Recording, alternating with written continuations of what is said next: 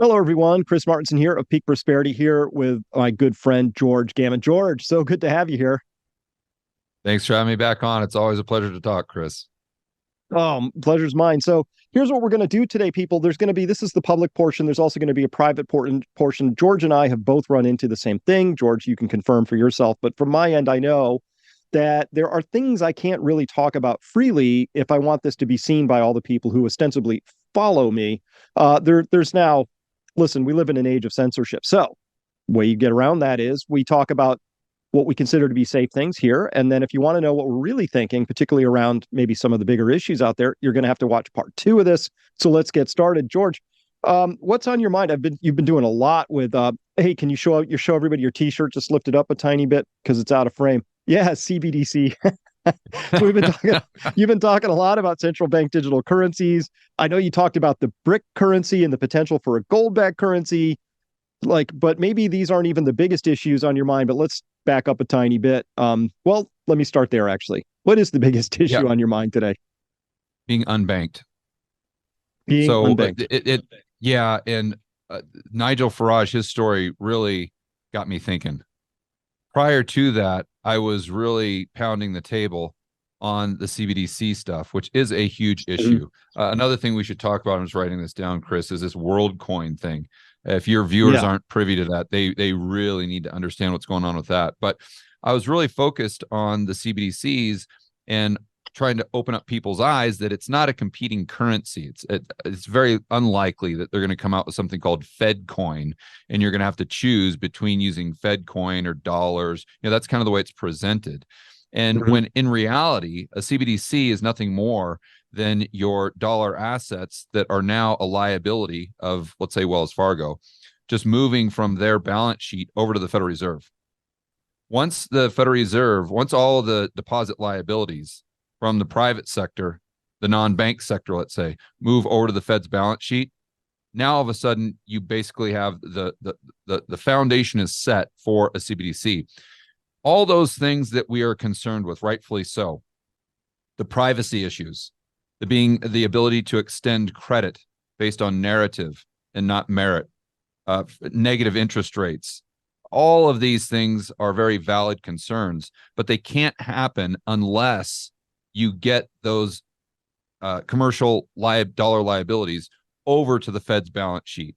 So that's key. And the reason I pound the table on that so adamantly is I think when they roll out this CBDC, and I think it's a matter of when, not if, Mhm. but when they do, I highly doubt they're going to come out and say, hey, we're rolling out this new thing called a CBDC. And oh, by the way, next week, you're going to have a social score. Like if you put on your evil genius hat, why would you do that? I sure wouldn't. What I would do is I wouldn't tell anybody that we're rolling out a CBDC. And the thought experiment that I use right now, because most people think that they'll just know when they're using a CBDC. But in my opinion, that's not the case. In fact, right now, I'd encourage your viewers to ask themselves, how do you know you're not using a CBDC right now? Like, so you just went down to Starbucks, you just went down to Chipotle, you just went to the grocery store, you just paid your insurance bill, and what you thought was your account with Bank of America. But how do you know definitively that those dollars aren't a liability of the Federal Reserve right now? Just because Bank of America isn't telling you that? Just because Jerome Powell isn't admitting it?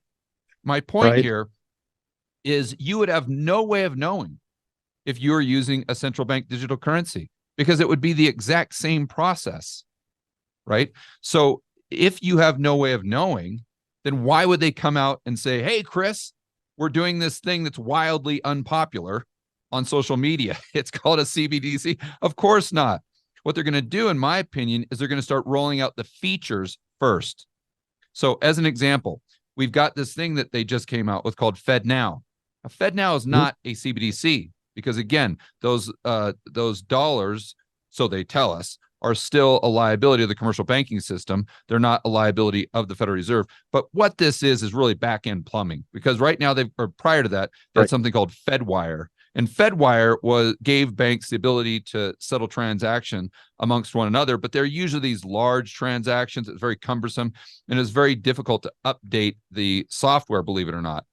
So with Fed Now, this just gives the ability to banks to settle in real-time gross settlement all of these kind of retail transactions between one another, and they can settle on the Fed's balance sheet instead of having to go through chips, as an example, third-party system where they net everything out and settle at the end of the night. So what this is it gives the Federal Reserve this infrastructure or this plumbing to where now they can manage all of these billions of retail transactions that are happening every single day in the United States. And obviously this gives them access to a lot more information. Yeah. So this is an incredibly good point. We had a whole debate about this at my website with my subscribers, and I was making this argument that you need the Fed now because that's your electronic settlement method, right? And somebody said, "Oh, but then they can't run a Fed coin because that would be on a distributed ledger." And I was like, "Why would they want a distributed ledger? I'm pretty sure they want a centralized ledger, right?" Or maybe no, they want everything on the Fed's balance sheet. Right. Yeah. So right now, I would argue. Yeah, we already have a CBDC. The CBDC is basically bank reserves. So we all know bank reserves. You know, when the Fed does QE, it expands their balance sheet. When they do QT, it decreases the size of their balance sheet. So these bank reserves, which are denominated in dollars, they are assets, part of the cash assets of the commercial banks like J.P. Morgan, Bank of America, Wells Fargo, etc.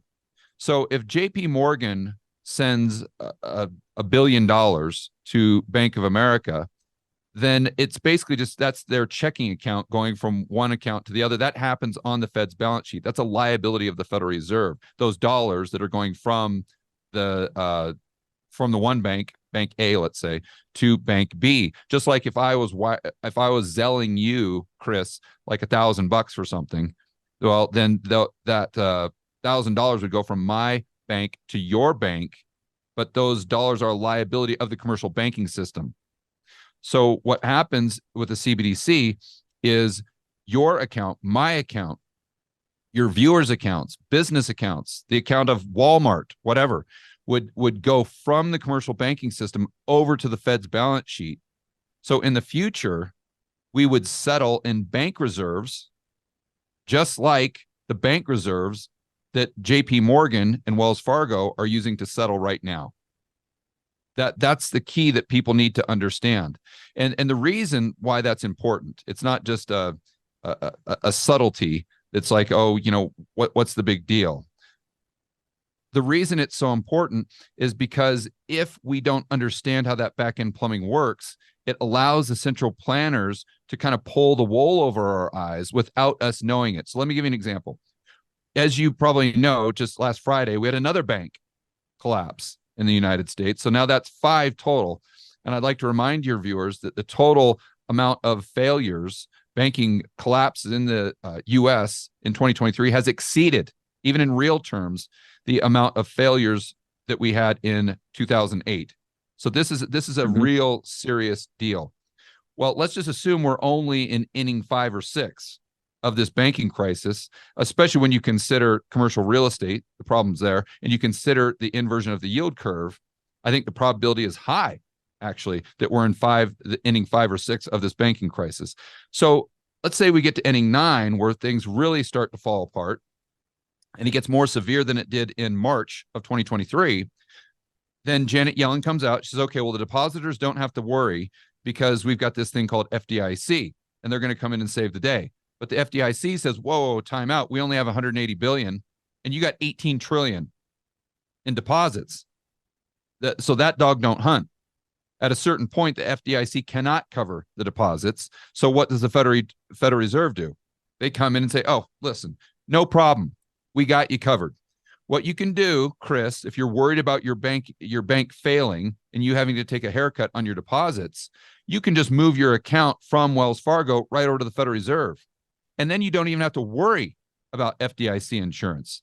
In fact, right now it's kind of cumbersome because if you have over 250 in an account, all of a sudden you've got to worry, well, what do I do with the excess dollars that aren't covered by the FDIC if I'm concerned about the health of the overall banking system? Well, you just have to roll that into T-bills or go into a money market fund, something like that. But they'd have a great pitch from the standpoint of, Chris, now you don't even have to do that. If you've got 400,000 in an account, you're worried about that other 150, and all these banks are failing. So there's this fear that people had, just like prior to the we'll call it the cerveza sickness. So then the Fed says, just bring your account over. And people say, yes, this is fantastic. Now we don't need the FDIC. In fact, this is a more of a free market solution. Yeah, I'm sure they'll spin it some way. And the average Joe, the same guy that's out there on social media and Twitter every single day talking smack about CBDCs, or saying how I'm never going to do a CBDC. We've got to stop the CBDC. The CBDC, it's evil. It's this, which I agree with. But that same person, if they don't understand the plumbing, would say, oh, well, if I need to move my account from Wells Fargo over to the Fed, well, sure, no problem, as long as you don't do that CBDC. But what they don't realize is they're just jumping right into the Federal Reserve's fire. They're just playing into their game plan.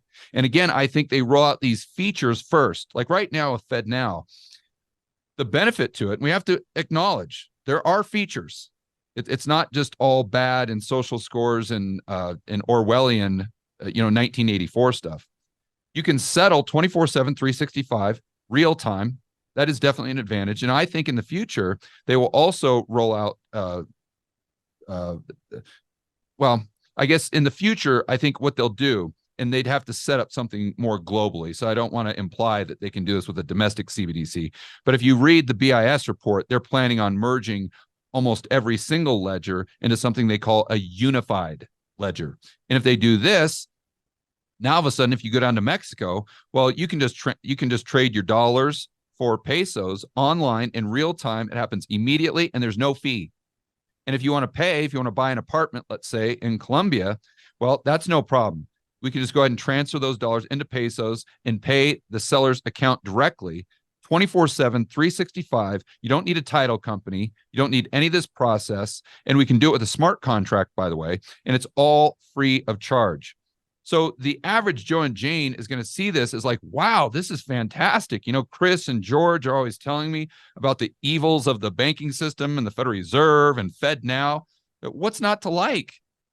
This is amazing. And we don't have all these risky banks that we have to worry about going bust. We don't have to worry about our deposits taking a haircut. And we have all these new features and benefits that the banking system has rolled out. But then what's going to happen, Chris, in my opinion, is once they get everyone integrated, let's say, into the CBDC ecosystem, then they roll out the CBDC. Then they roll out the social score. Then they roll out the big brother, the Orwellian stuff. And it's at a point where people are so integrated into the network that they start to rationalize why this is okay. The thought experiment that I always use for that is, let's say I told your viewers tomorrow the government would give them a social score based on their cell phone usage. So the only way that you could avoid this social score and this big brother that we're all worried about is if you stop using your cell phone. How many people would do that? Answer. Well, this 0. is none, pretty much. Yeah, maybe 3 in the whole country. But so but this is where I'm fascinating. going with that is once they get everyone integrated into that ecosystem you're by all in these the corral. features. That's right. Then they'll roll out the social. But what you hear and what most people talk about in our space is that, the government is going to force this upon everyone. Then they're going to roll out this social score, and it's never going to work because people are going to revolt. But I think that is being incredibly, incredibly naive as to, Well, I agree. I don't think, yeah, go ahead. It's going to be way more subtle than that, I think. So to see what you think of this. So we already know that we have these really sophisticated AI bots out there. So when you're on Twitter, most of the time you're probably interacting with not a human, but these things are really sophisticated, George. It's not a bot that's sophisticated. It's a bot that knows me personally in a sophisticated way, right?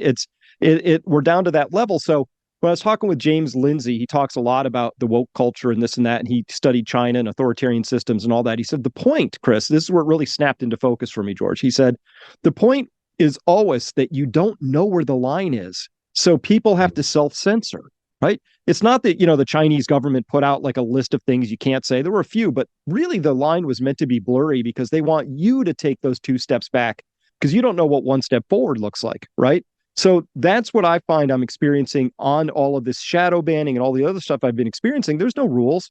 You could get away with something I can't. I don't understand. It's just it's very. But the point of this is very hard to interpret. The point is I have to take the steps back. So when we get down to these CBDCs, it won't be this really clear, crisp thing. If you say this, then you get a negative ding. It's going to be this random, weird, subtle thing where it's going to be like, George, I don't understand. We both booked our tickets to Iceland at the same time, and mine were twice as expensive as yours. I don't understand what that was. My transaction seemed to take forever to go through ever since I sent that mean tweet about Jerome Powell. It's going to be stuff like that, right? That's how I see it unfolding. Subtle. I agree. And I think that takes us right into the Nigel Farage issue with being unbanked. And I mean, our conversation started, and I got off on a tangent there about how I was pounding the table on the CBDCs because I thought that was really the biggest issue. And although that is a huge issue that we really need to collectively think through here as a group that is adamant about freedom and privacy and liberty and free market capitalism, I think an even bigger problem is what we're seeing with Nigel and being unbanked. Because even if we have a CBDC, yes, that's bad, but that still allows the average Joe and Jane to work and feed themselves and provide for their family. But if you get unbanked, you're done. And I know people say, oh, well, just use Bitcoin. We'll just use gold and silver. Look, that's fantastic. I think everyone should have purchasing power outside of the financial system. But let's be honest, you're not going to be able to find an employer that's going to be willing to pay you in cash under the table or gold or in Bitcoin. That's for most people, that's not a solution. Although it may be in 10 years, 15 years, I think the CBDC is going to come out a lot sooner than that. So if they just said, okay, Chris, you don't have a bank account, how do you feed yourself? If you're making money online, how do you collect that money from PayPal, or how do you collect that money from your merchant account? The answer is you can't. And if you're an average Joe that's just got a normal job and you say something the government doesn't like and they call you a domestic terrorist, therefore you're not able to have a bank account. Now, what do? I mean, you take your assuming your work doesn't fire you because of political pressure and whatnot. Do you take your paycheck down to a check cashing place and pay 20 or 30%? I mean, you just get into this position where you're absolutely screwed, regardless of, Bitcoin, gold, silver being an option for your savings. It's not an option for your paycheck. And this is what people really need to think about and start preparing for now. This is I can't pull it up right now, but I'll see if I can find the link and post it. But I saw this morning on Twitter that Nigel Farage had asked a question on his Twitter feed and said, hey, has anybody else been unbanked? And you got a flood of these things. And I guess my question is, so A, it's happening, but B, was the warning shot? Remember when they said, hey, we're going to do bank bail-ins, but they started with this Cyprus, right? I think that's how they roll, right? You have to run your trial balloon for this at some point. I think I credit this back to freezing the truckers' accounts in Canada. I think that was right. I think that was the test moment, and they did it, and they got away with it. That was frankly completely illegal, constitutionally. The bank charters were violated. All the banks that participate in that, RBC, TD, all of them, they operated extra legally. Nothing happened. Yeah, and I think that's just a preview of what's to come. And even if that's, look, once they roll out the CBDC, if they don't tell you, which I don't think they will, I think they'll still be keeping tabs on what you're buying, and you will have a secret social score, even if they're not publicizing it yet. And I think that's going to steer them in a lot of directions, and that's going to impact a lot of the decisions they make about certain individuals.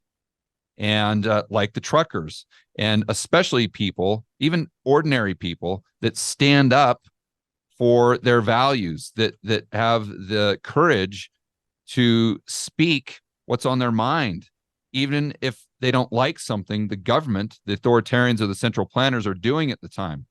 And yes, in 2021 or 2022, it was the truckers, and hats off to them. They showed us exactly how you win. You just stand up and say no. But in the Yes. future, it's That's going right. to be something different. It's going to be something, who knows what we have in 2024, 2025. The world is so tumultuous. And I think we're going through this fourth turning right now. So, in my opinion, it's going to get a lot worse. It's going to get more volatile, I should say, before it gets better. And if you look back throughout history, when times are volatile and you get more and more social unrest, the government usually responds by becoming more draconian, Mhm. not less draconian. And I think one of the main ways that they can do that, again, is through that bank account and just your ability to feed your family. Because what are you going to do if you? And again, you talked about kind of sending a message and then self-censoring. Okay, well, what if you're out there speaking your mind on mandates, as an example, back in 2021, and then your best Mhm. friend just gets unbanked, and you have 3 kids and a wife? What are you going to do? I mean, yes, you want to be a patriot, you want to stand up for what's right, but do you really want to risk not being able to feed your 3-year-old? Mhm.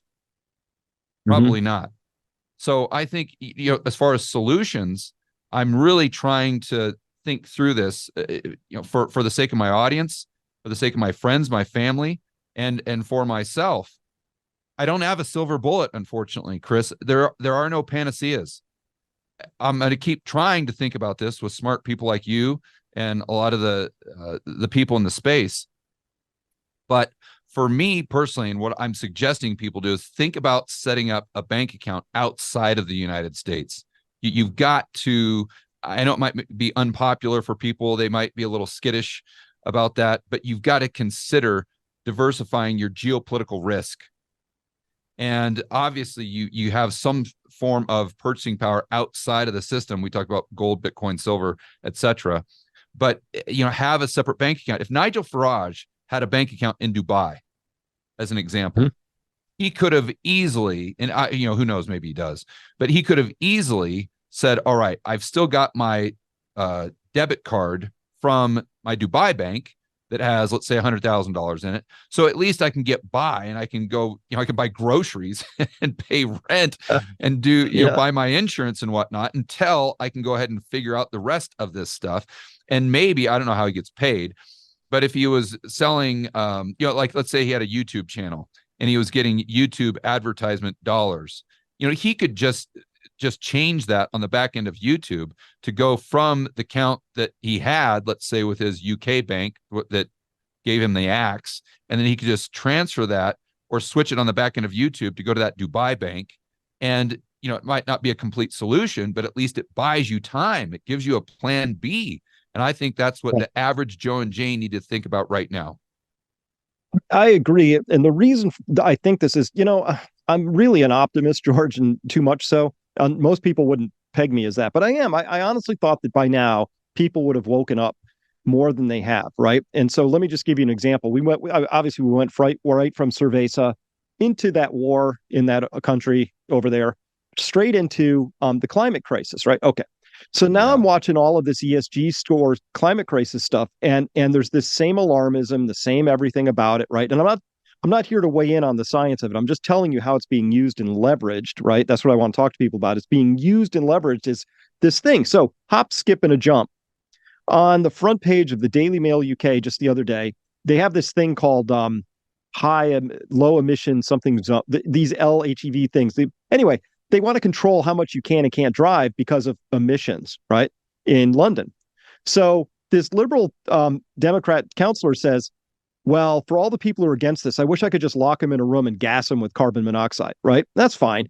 As long as it's a liberal saying this, it's not hate speech, George. It's because of their overwhelming love for the world, right? But you can At feel least that they're starting to say the same, quiet part out loud. yes, but it's that same desire to authoritarianly crush the opposition because they hold the Yeah. wrong view, right? Even if that wrong view turns out in retrospect to have been the right view, which is what we're learning now about the whole Cerveza thing. My views were fundamentally correct right from the get-go. Yeah. Got a few things wrong, but mostly right. And that's okay. Nobody's going to say, sorry, Chris, for having censored you. Nobody's going to, none of that. We're just going to move on to the next thing. But that's the point. I'm not, As optimistic as I am, George, I think there's a little tough spot first because the authoritarians are actually doubling down, as we might expect. They're not relenting.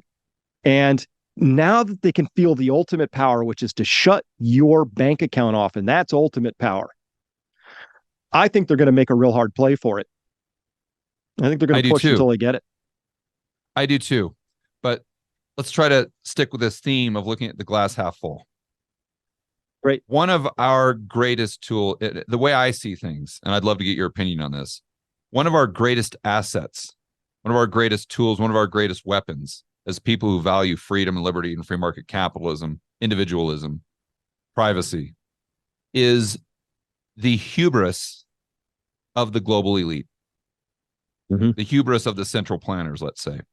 So the example I always use, and was just crystal clear for me, because one of the reasons I started the Rebel Capitalist channel, and I've got the George Gammon channel for whiteboards, but that other channel was to talk about the mandates and what was going on. That was 2021. So I was really on top of kind of the regulations, what the politicians were saying, and kind of the political narrative, but also what was happening with the populace, the overall general, just the average Joe and Jane, let's say.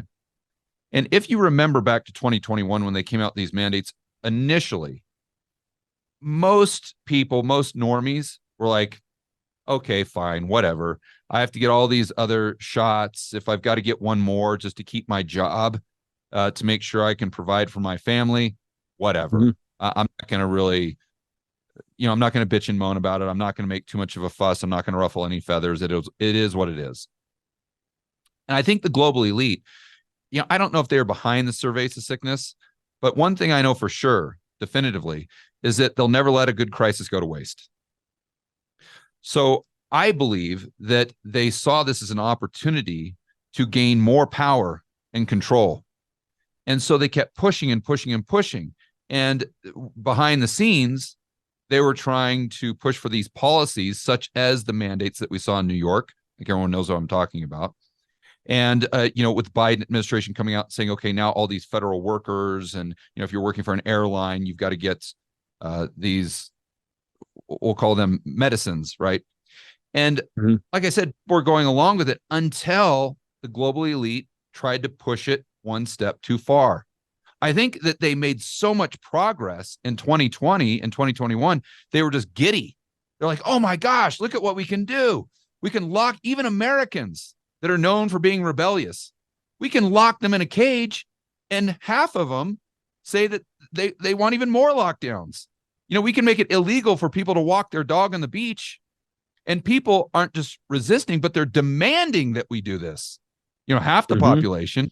This is going way better than we had ever hoped.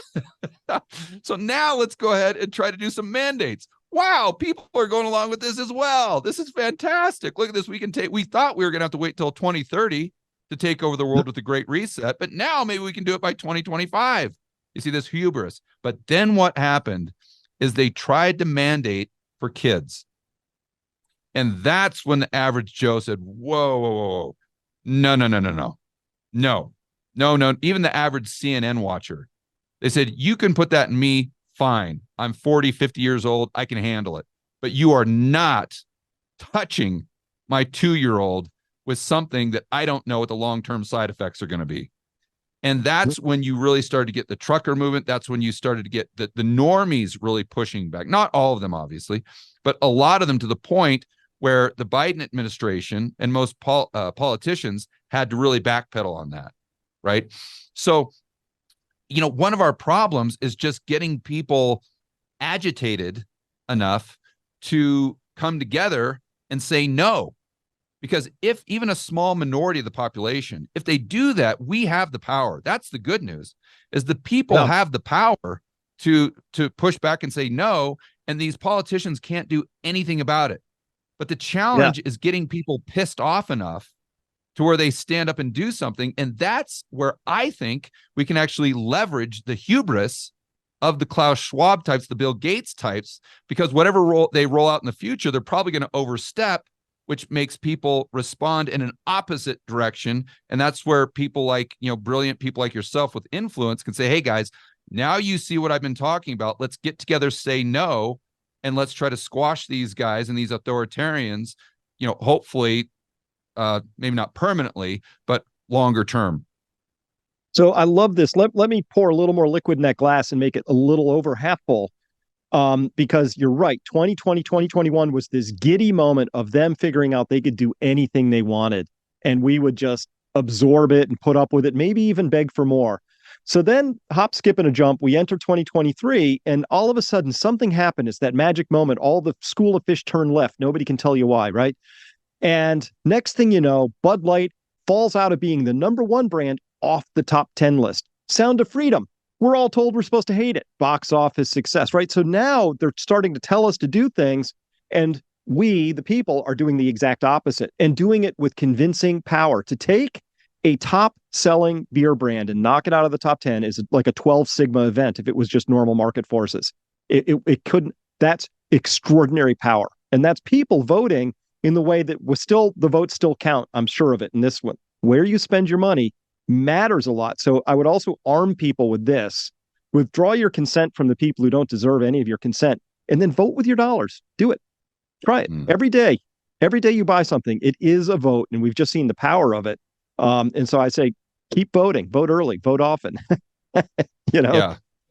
And I think more good news and bad news is looking at what's happening with this world coin that was just released last week. Now, I don't know. Do you want to talk about Sam this now, Altman's thing, right? He's sure the open chat, the OpenAI chat GPT guy is CEO, a lovable nerd, I guess. I don't know much about him, but. Well, I do. I did a video on this, so where I just kind of briefly looked at his history, and he's part of the World Economic Forum. Well, that's going to bring us to the end of this, the public part. If you want to listen to the rest of this, it's always at my website. It's going to be there at peakprosperity.com. By the way, George is going to share with us the one thing that he looks at more than anything else. You're going to want to hear that. And we go unplugged. So we're going to be talking about the things that, George and I are free thinking, free spirited, free talking kind of guys. So we're going to say what's actually on our minds. Please come join us there. George, thank you so much for your time here today. And I want to just direct everybody, George Gammon, Gammon. You could find him on YouTube. You can find, he's got a podcast. Rebel Capitalist is his parallel alter ego channel on YouTube. Check that out as well. And George, thanks so much for your time today. Yeah, thanks for having me on, Chris. It's always a pleasure to talk. Likewise. All right. Until next time. Thanks, everybody. We'll see you next time. Bye.